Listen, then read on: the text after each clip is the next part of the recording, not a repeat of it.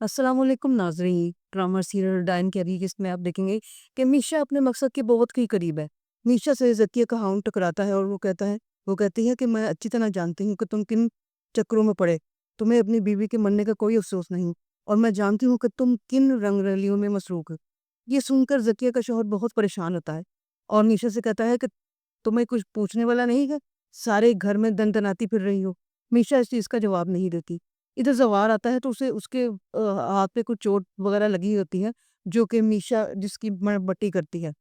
तो ये देखकर शबाब जो है वो बहुत ज़्यादा जल-भुन जाती है और सोचती है कि ये लड़की कितनी चालाक है और किस तरह से इसने मेरे शौहर को अपने काबू में किया हुआ है और बहुत ज़्यादा परेशान होती है।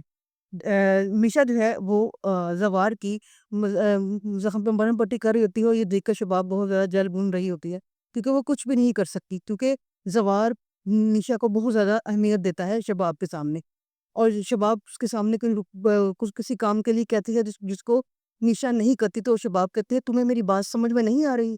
इस पर ज़वार कहता है कि तुम क्यों उस पर बेजा हुक्मरानी करती है। तो इस पर शबाब ज़वार से कहती है कि नौकरों से एक हद तक हमदर्दी रखी जाती है। बेजा सर पे नहीं चढ़ाया जाता। तो जिस पे ज़बार खामोश हो जाता है। इधर मीशा जो है वो देख रही होती है कि ज़किया का ख़ावंद जो है वो बहुत ज़्यादा ही अजीब हरकतों में मुलव्वस है। तो मीशा ज़किया के ख़ावंद को कहती है कि बेहतर होगा तुम मुझसे हाथ मिला लो।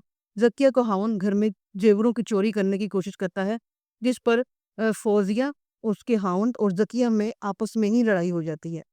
आप ये बताइए कि मीशा का अगला शिकार कौन होगा? शबाब या ज़किया का शौहर? कमेंट बॉक्स में कमेंट करके बताइए।